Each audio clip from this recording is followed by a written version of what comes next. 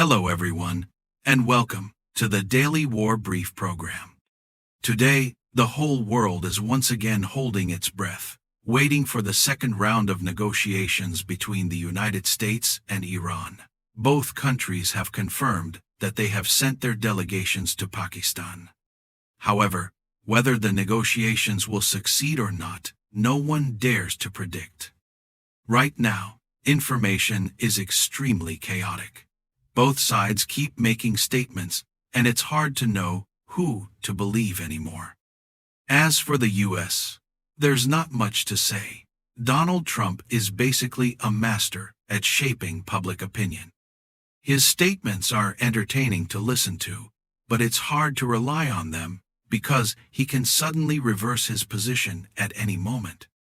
As for Iran, it's not much different, completely unpredictable. At one point, they claimed their supreme leader was safe, even after reports of his death.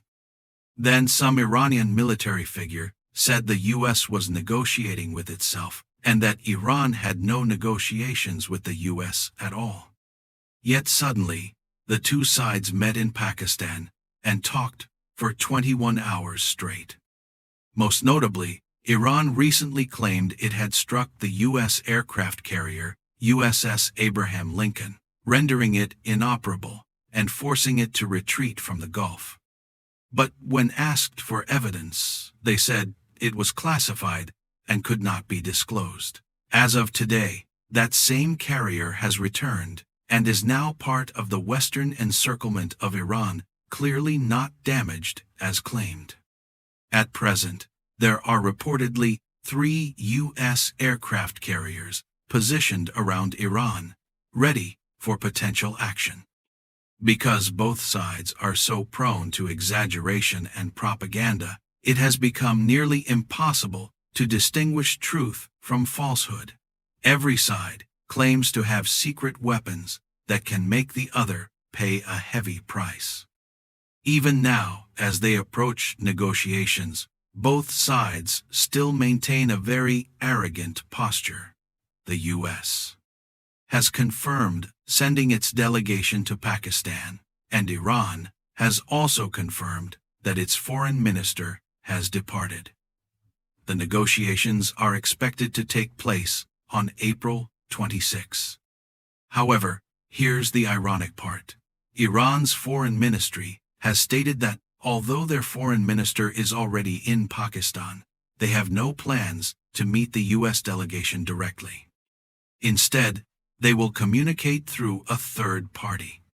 This has left many people confused. After going through the trouble of flying to Pakistan for negotiations, Iran does not want to meet the U.S. face-to-face, but prefers indirect communication through Pakistan. Honestly, it's hard to make sense of this. If that's the case, they might as well have stayed home and handled everything remotely instead of traveling back and forth. Without even seeing each other, how can they assess each other's sincerity? So why go to Pakistan at all? If things unfold as Iran has described, then it is likely the U.S. will continue applying pressure or even escalate militarily to force Iran into submission. At this point, achieving peace through negotiation seems very difficult. The core issue here is trust.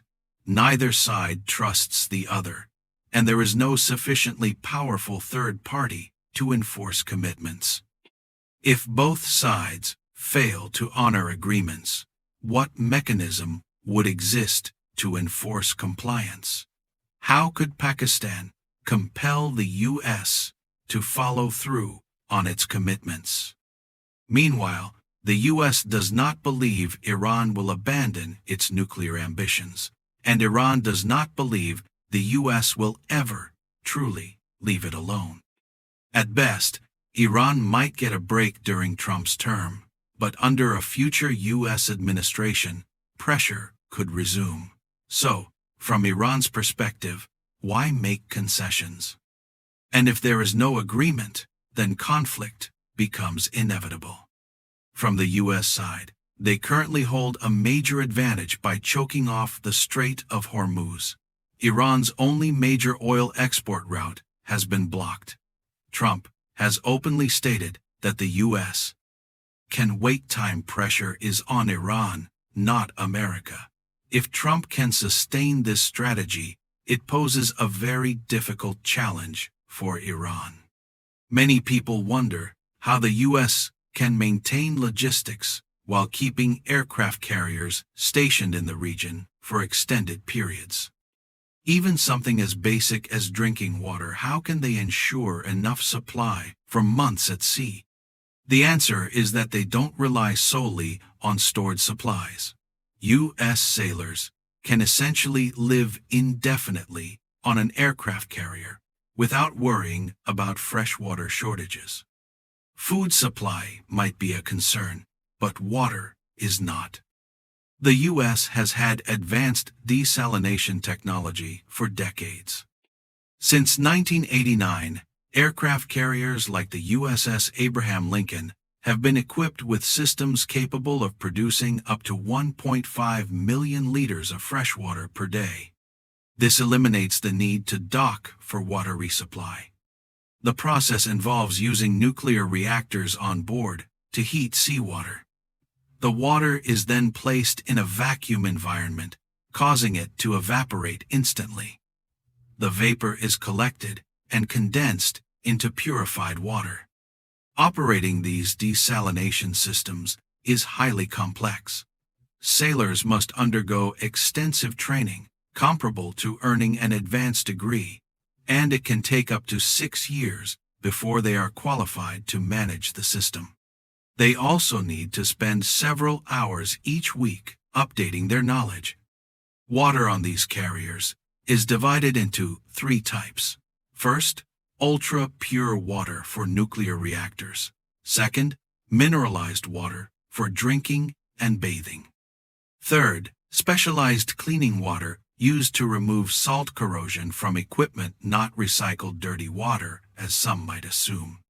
This shows just how far ahead U.S. technology has been for decades. As early as 1989, they were already operating nuclear-powered aircraft carriers with advanced desalination systems. That's why they can deploy globally for long periods without major logistical concerns. With such a strong technological foundation, it's no surprise that American consumer products like the iPhone consistently rank among the top in global sales.